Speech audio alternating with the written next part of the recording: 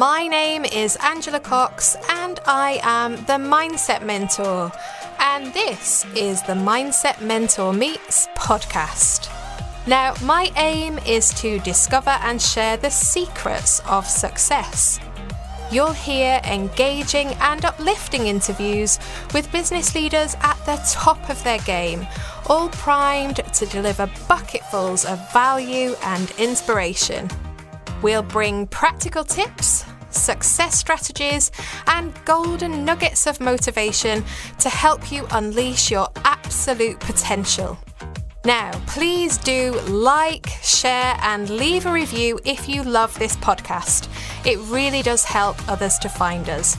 Thanks for listening, and let's jump in now and meet this week's fabulous guest. My guest today is John Ainsworth. Now, this is a long job title, so bear with me. It shows how big his job is. He is the Global Head of Operations Business Transformation Services at ATOS. There's another bit as well, but it was so long I've missed it off. Now, he's got 30 years experience in financial services. You'd never know it because he still looks really young. He's got an MBA from Warwick Business School, which I'm told by many is the place to get your MBA from. And I can't wait to ask him about this because he's also got a diploma in life coaching. So that's exciting and I find that brilliant. Now, John and I worked together quite a few years ago, probably 3-4 years ago now. I went in and did some consulting at ATOS and we got on like a house on fire. I just love him. And we should have been doing this podcast months ago, but COVID put pay to us getting together in London. So we're here over Zoom. John is up in Scotland. I'm in Bedfordshire. John, it's just a joy to see you again after all this time. How are you doing?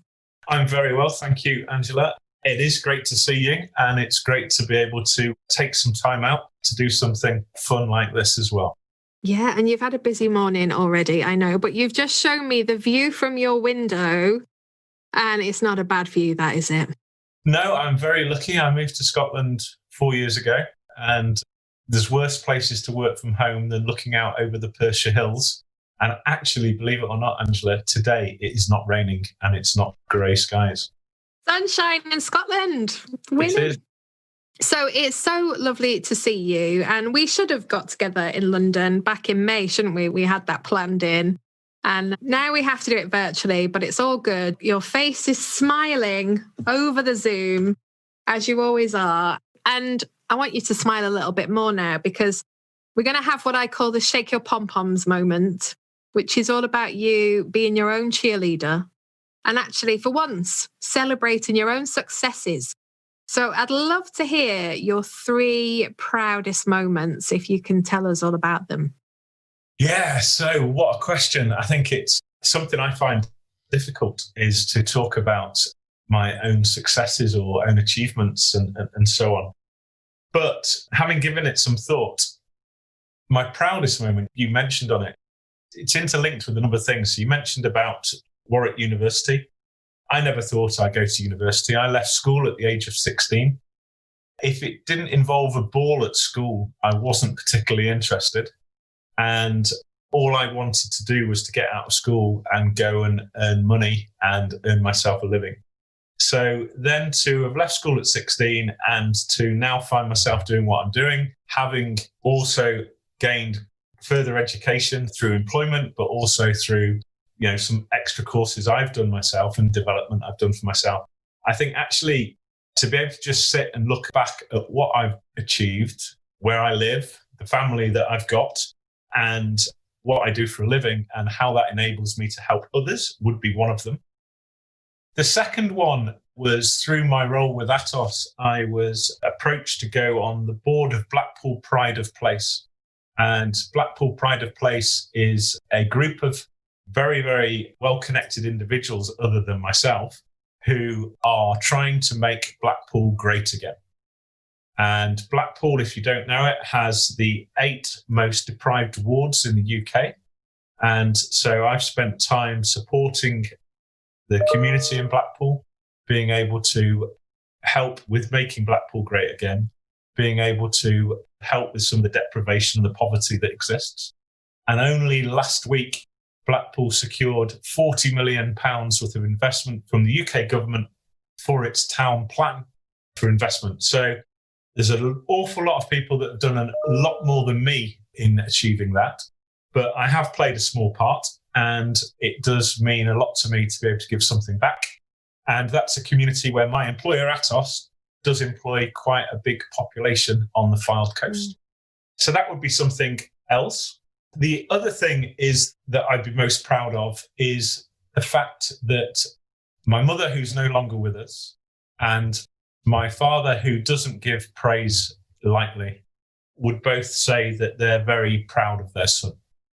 And it did take probably about 30 years of my life for my dad to actually say that to me. Mm-hmm. So when that happened, that was great because it was something that he probably didn't know, but it's something I strive to hear.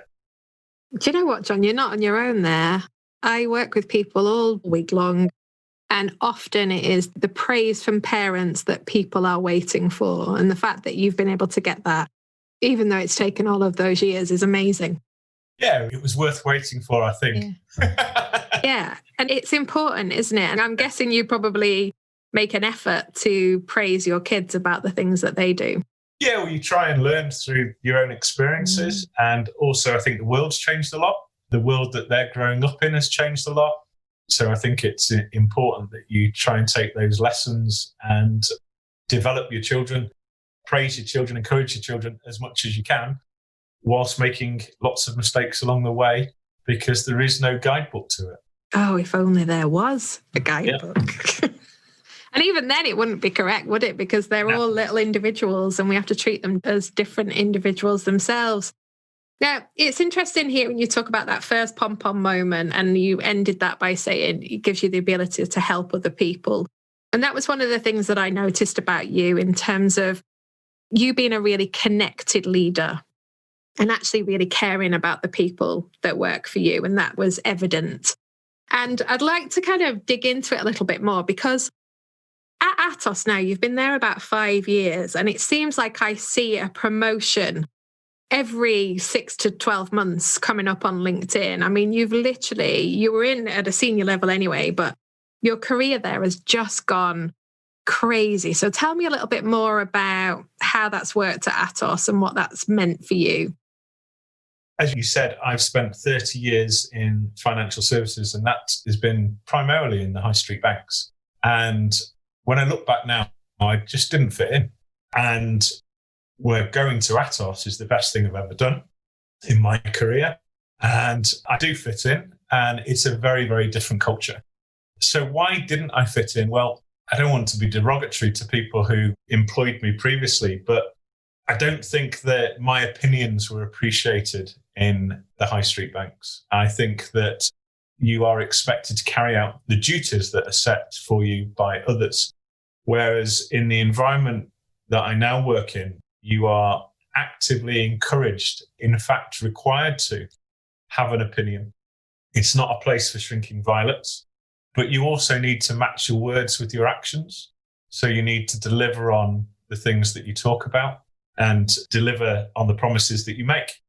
And that's something that has just works for me. It's something that motivates me. It's something that, gets me out of bed in the morning and makes me want to do a great job. But it's just the environment and culture that suits me. And I've been able to be a success by delivering on the things that need to be delivered. And how did you find your voice then? So going from that quite constrained environment where it wasn't welcome to then having the freedom, how did you find the courage to do that? Well, I think the thing when I say I didn't fit in the other environment is because I didn't, you know me, Angela, I don't necessarily follow all the rules. Never. And play by all the rules. Now, that doesn't mean I'm a maverick for anyone who's listening to this. But it does mean that if I believe something's right, I have very strong values, and I'm very true to myself and very true to the people who work for me. And so I didn't need to find my voice. I had my voice. The difference was it was appreciated rather than not appreciated. It was people who I worked for saw it as an asset rather than a threat. And people that I worked for wanted to encourage it rather than suppress it. Nice. It's a great position to be in. And as a result, you've flourished. Yeah, absolutely. But, I have robust conversations with senior management where I work now because, if I say something that's total rubbish, they'll tell me. It doesn't mean I go around just saying what I want to say. It just means that actually, if you think there's a better way to do something, you're not scared to say it. And actually, I think that the more important thing is not about being able to say it, but the fact it's listened to and acted upon. So I used to say it where I worked before, but it wasn't listened to and acted upon. Where I work now, if it's of value, because, some of them, let's be honest about this, some of the ideas I have are not worth listening to or acting upon. But if they are, they are listened to and acted upon, or, you're given the green light to go and do it. And that's actually, for example, that's how we first met. It is. Was that I brought your consultancy company into ATOS. And that was something that a lot of people had a lot of questions about. But it was listened to, it was agreed and acted upon, and then we delivered. And that relationship is still very much alive with ATOS and that consultancy company 5 years later. Only I've exited. Yeah, the quality of consultant has improved greatly. I can imagine that it has. Now, I want to understand how you foster that culture in the grassroots of the business. Because as you said, you've got people in Blackpool, you've got people up in Scotland. How do you encourage them to speak up and, present their ideas? Really good question. I think be visible. A word that I use probably far too much, but I think it's really important, is to be transparent. People ask me a question, I always say, don't ask me a question unless you want to hear the answer, because you might not like the answer, but you will have an answer. Hopefully, most of the time people like the answer, but it's true. And that goes for town hall meetings, small groups of colleagues, getting them together to talk to you about what's on their mind. I mean, COVID has been a classic example. I will always put myself there, to take the punches, for want of a phrase. So I ran, when COVID first started and the impact on the workforce and the impact on people, and everyone was very concerned when we first went into lockdown. I think leadership's about being visible. And obviously in this day and age today, visible isn't about necessarily being stood in front of them, but it's about communicating with them, holding calls with all management calls, all team calls, and being able to take the questions and to be able to give honest answers, and also to be able to find solutions for people. I'd like to think that it creates a degree of fellowship. Something, going back to your first question about what else I'm proud of, I'm proud that I can pick up the phone to people who've worked for me before and they want to work for me again. And there are people who work for me now who've worked for me in previous roles. And I think that's important because that means that people value that relationship when they work with you before. Yeah. And what you're saying about this idea that, you can ask a question, you might not like the answer, but what you're demonstrating is you're showing the workings out as to why that decision has been made. And that's missing so often in these organizations.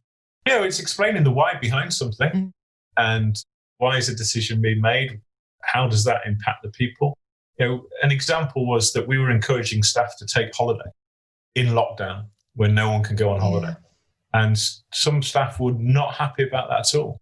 But then just being able to explain why from a company point of view, why for an employee well-being point of view, why for, the fact that no one knows where this situation will end. You can't have everyone saying, right, you now owe me a year's holiday. Yeah. You've got customers to serve.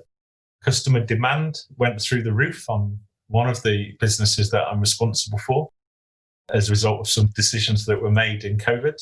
And so actually, being able to explain why to people, most people then accept it. And actually, even if they don't really want it, they accept it and they understand and they move on. Yeah, I like that. I like that a lot. And it's a lesson that lots of people can learn. And we talk about lessons learned on this podcast because, John, I like to get under the skin of the leader and, really focus on the inner game. So What are some of the lessons that you've learned over the years, and how has that shaped you, do you think? I've got a few scars, Angela, so there's definitely some lessons learned. And I got my first managerial position at the age of 21. I remember customers asking me if I was the manager or the YTS, because for those younger people listening to this, if there are any, YTS was a youth training scheme. And I did look pretty young as a 21-year-old. I always got ID checked when I went to the pub. So where's the lesson learnt in that is I was managing people that had a lot more life experience than me. I was managing people that were, they had their own value sets. They had their own reasons why they came to work, what they wanted to get out of coming to work. And I just didn't get it. I thought everyone needed to be like me. If they weren't like me, it wasn't me that was wrong, it was them. And I had to learn an awful lot about taking people with you. And then through all of that was where my passion for developing people came. Because what I did then, through a relationship with a guy who was a trainer, a facilitator, etc., I realized the impact you could have on people's lives by being able to develop people. And I started by copying. And then it becomes something that you become more natural at, and you learn your own skills and your own ways, and you see the things that work and don't work. And I got enormous satisfaction out of helping people develop. And that was people, it didn't matter what their life experience was. It didn't matter what age they were. And it didn't matter what age I was. A lot of it is about listening and asking the right questions and getting people to self-analyze and understand their own makeup and their own processes to be able to develop themselves. But yeah, there was probably some people at the start of that who would count themselves as guinea pigs because they came off worse whilst I was going through that live experiment of learning how to manage people. So that'd be one. The other one is that if in doubt, kick it out. Oh, I like this. What does this mean? Whenever I've hired someone, when I finished the interview and thought, I'm really not sure, but they're the best person that I've got, it's always gone wrong. Okay. Always gone wrong. And so what's the lesson in there is it's better to take a bit longer making the right decision than make the wrong decision and live to regret it, and all the pain that then brings to your business, to you, to the people who work for that person, to them as well, because you've then put them in a role where they end up not being successful. And I don't think anyone deliberately sets out to be unsuccessful. So yeah, if in doubt, kick it out. Don't go ahead. And that was this phrase, by the way, that I learned when I first made lending decisions. So if in doubt of making the loan, kick it out. Because if you ever made the loan when you were unsure, you shouldn't. It always went wrong. And it's the same with hiring. And did you have to collect it afterwards? Yeah, if you lent it, you had to get it back. It's amazing to think that as a late teenager, early 20s, I'd be walking around knocking doors of high-rise flats in city centre areas, all on my own, trying to ask people for, where's your loan repayment? But again, would I want my children to do it? No. Did I learn so much about life, about communication, about selling? Because actually the purest form of selling is getting something back. I learned so much. I mean, it was a brilliant grounding. But yeah, frightening when you think back about it. Oh, and I share that with you because that was part of my career as well, but so much fun at the same time. What you're saying there with this, if in doubt, kick it out, it's almost like don't settle. Yeah. And that's applicable in real life too, isn't it? Outside of work. So many people rush into relationships or, friendships or whatever and are settling for second best rather than waiting for what's right.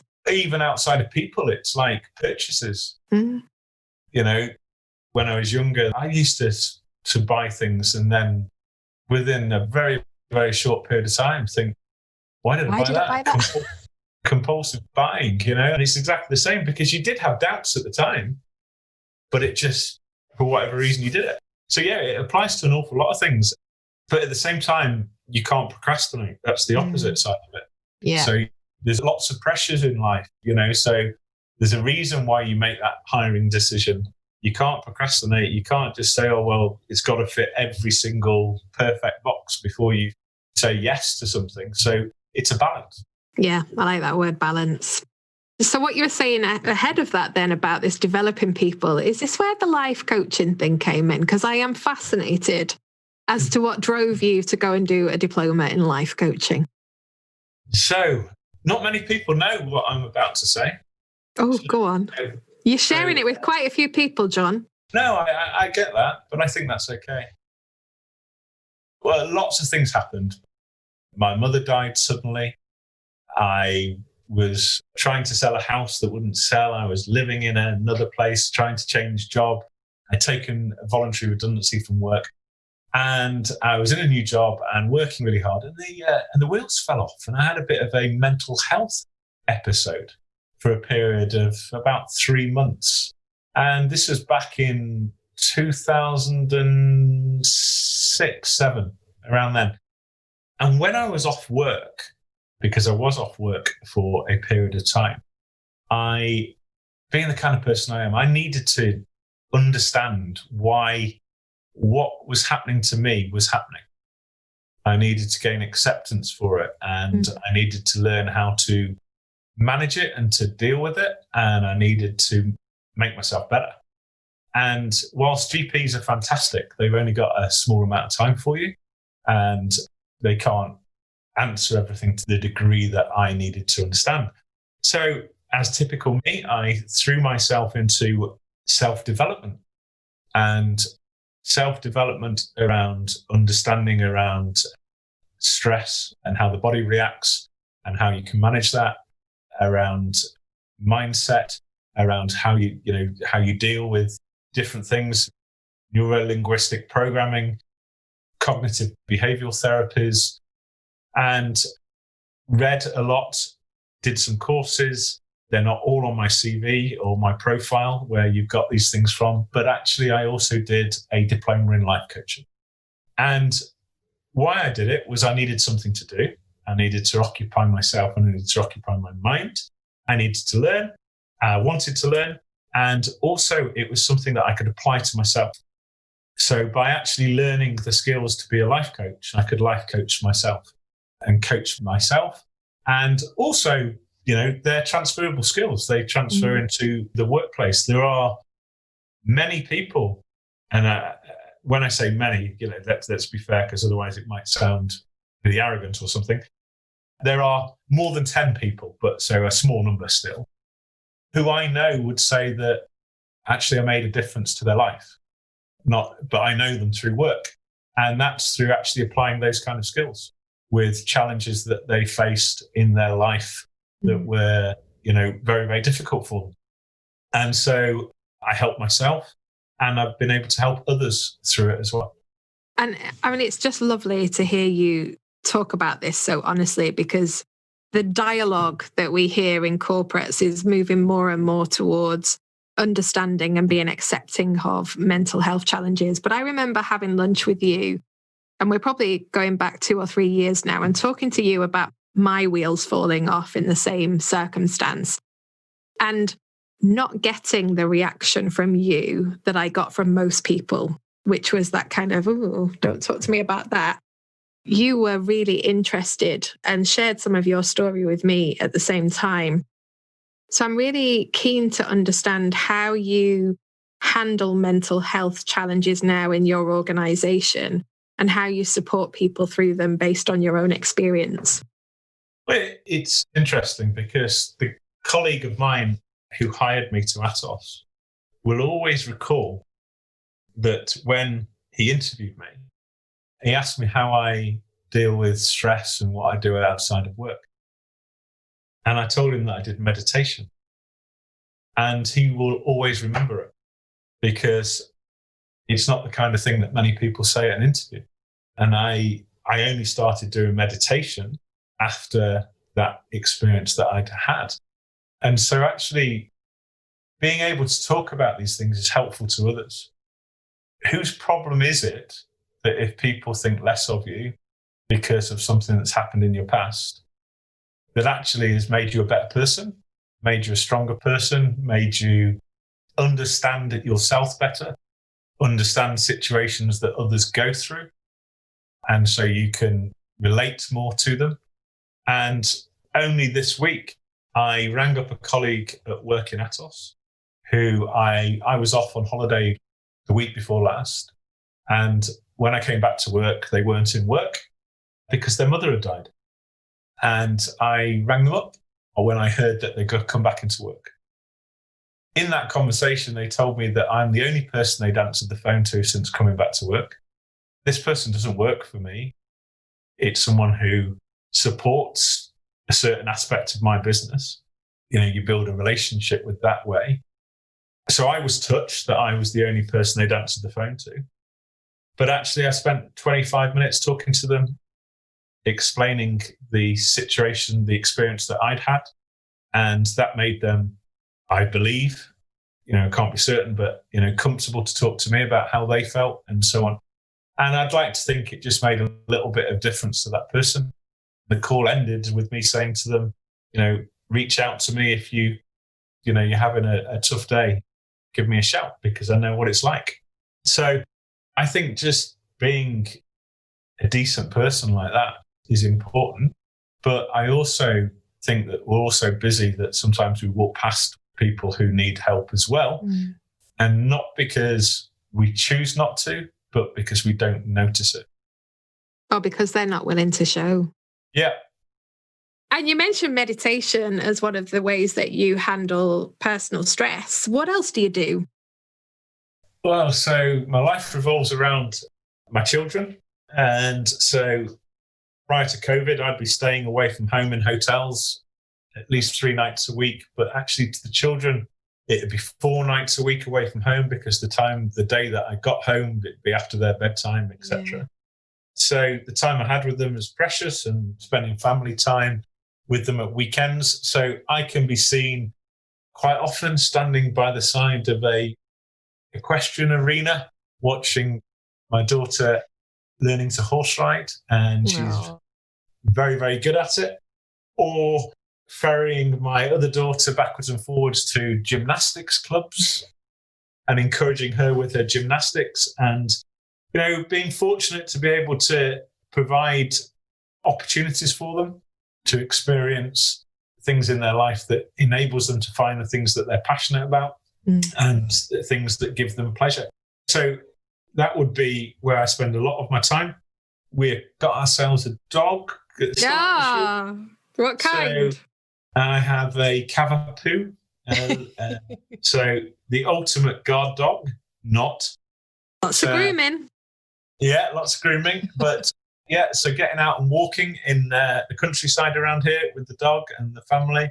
But also just, sometimes I can find that it might be good for me to go for a walk after being sat at the desk working at home all day, but I haven't got the motivation to do it.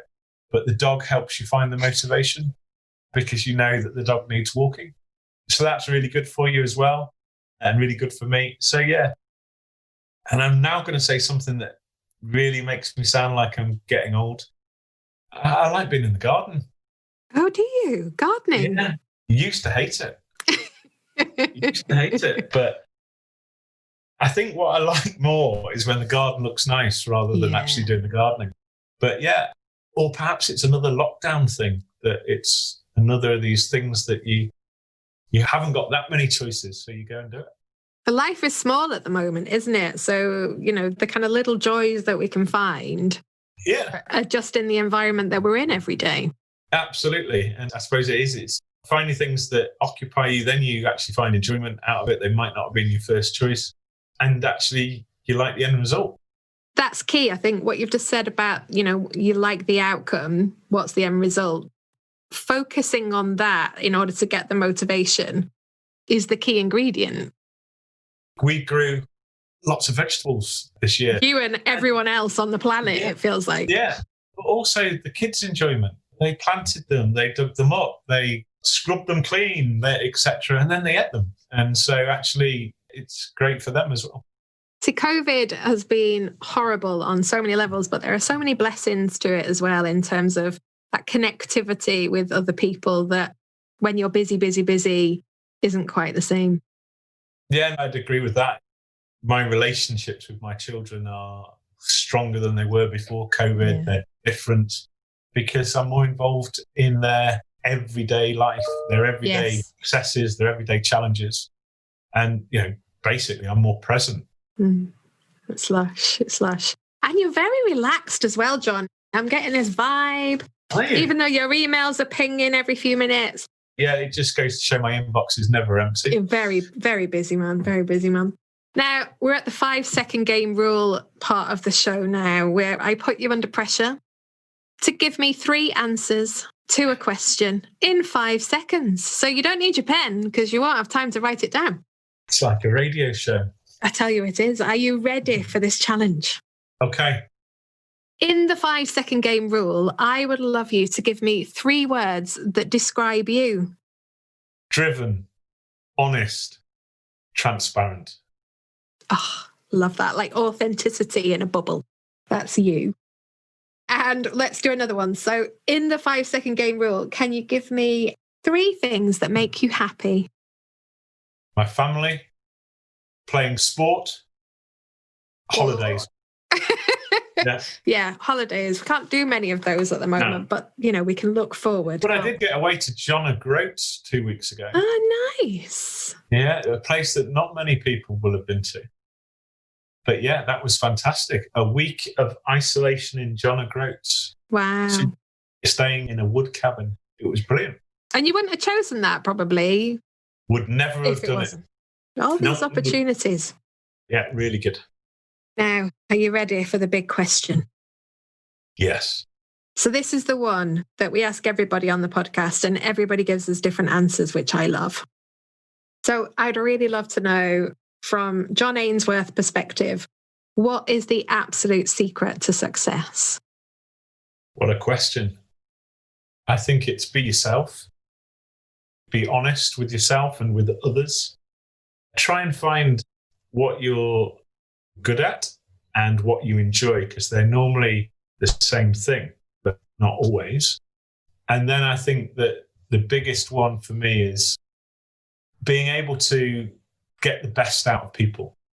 So I'm not the most intelligent person. I'm not the most well-educated person. I'm not the best at anything.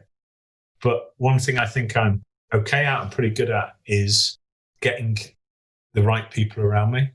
So employing people to do, in roles that they're good at, that they succeed in, and they end up making you look better than you really are. I love it. So what we've got in there then is authenticity, which is just you all over. We've got purpose, we've got passion, and we've got connecting with and developing other people. Yeah. Marvellous. That was far clearer put than I put it. Well, that's my job, John. That's my job. You know what? We have gone well over the 30 minutes that we allocate to the podcast, but it was inevitable, because we haven't seen each other for ages. Let's hope some people have stayed listening to the very end then. I am sure they will, because you're thoroughly engaging. Thank you. It has been an absolute pleasure to catch up. I love your honesty. I love that you don't wear any masks at all. What we see is what we get, and it makes such a difference. I think wear one mask. What mask? The face mask that we all should be wearing. Obs, yeah, obs. And the sanitizer as well. Of course. Missed that one. Oh, so slow. Thank you very, very much indeed. It has been a pleasure, and let's not leave it so long until we chat again. Thank you very much indeed. Thanks for the opportunity, and it was great to see you. Great to talk to you. I do hope that you enjoyed listening to the Mindset Mentor Meets podcast. If you did, be sure to check out the show notes to access all of those important links. For more about me, visit my website at www.angela-cox.co.uk. Now, I'd really love it if you could subscribe to our channel so that you never miss an episode, and do leave us a 5-star review because it really helps us to get noticed. Bye for now. I do hope that you'll tune in next week, and take good care.